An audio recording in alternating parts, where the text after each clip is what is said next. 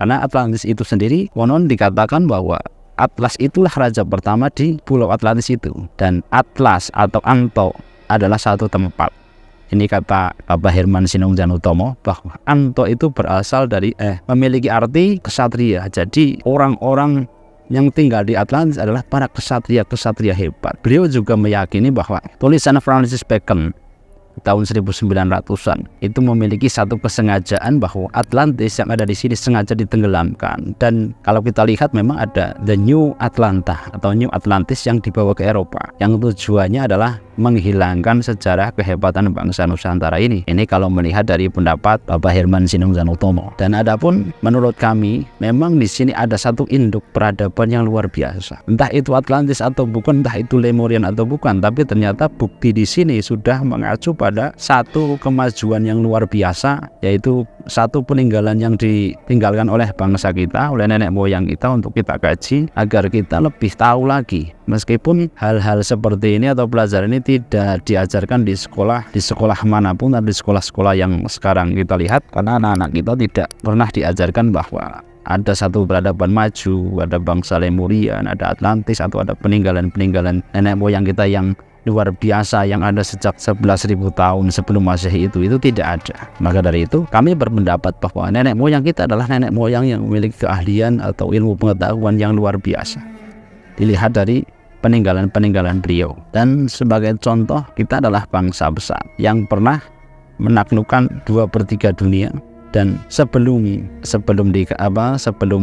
itu juga kita sudah memiliki satu peradaban maju yang dilihat dari penelitian Kang Diki Zainal bahwa huruf Lemurian itu sudah ada, dan itu peninggalan yang sangat kuno sekali. Antara abad kedua atau ketiga itu kita sudah memiliki kompas di perahu-perahu layar di Nusantara ini dengan akurasi yang luar biasa. Bahkan dalam ilmu astronomi pun kalender kita itu akan tetap bertahan atau tidak akan berubah selama 10.000 tahun, sedangkan kalender Masehi akan berubah di tahun 2200. Berarti ilmu astronomi dalam penanggalan itu lebih maju dibanding peradaban-peradaban di bangsa lain ini, yang hari ini masih kurang sekali diketahui oleh anak-anak di sekolah kita. Jadi menurut kami di sini peradaban Nusantara kalau kita lihat dari sebelum Masehi dan setelah Masehi dan kemajuan teknologi bangsa kita memang sebetulnya sudah luar biasa. Bahkan di zaman Majapahit sebetulnya sudah punya senjata. Kalau menurut Kiai Haji Muafik atau Gus Muafik juga, kita bangsa Nusantara itu luar biasa karena dibuktikan dengan kepemilikan senjata yang dinamakan tombak baru kelinting. Yang di sini kami sudah belajar dari meneliti dari berbagai literasi.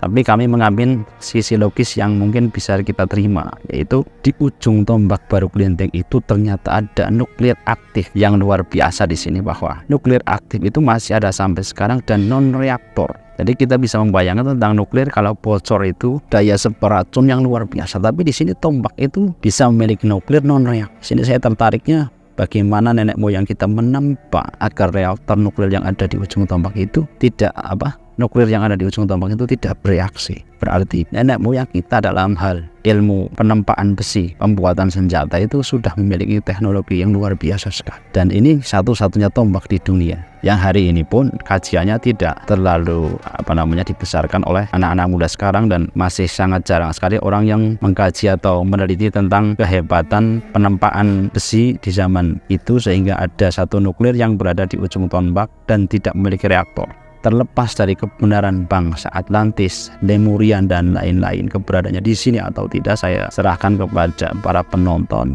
Silahkan berkesimpulan masing-masing siapa yang dulu pernah tinggal di sini.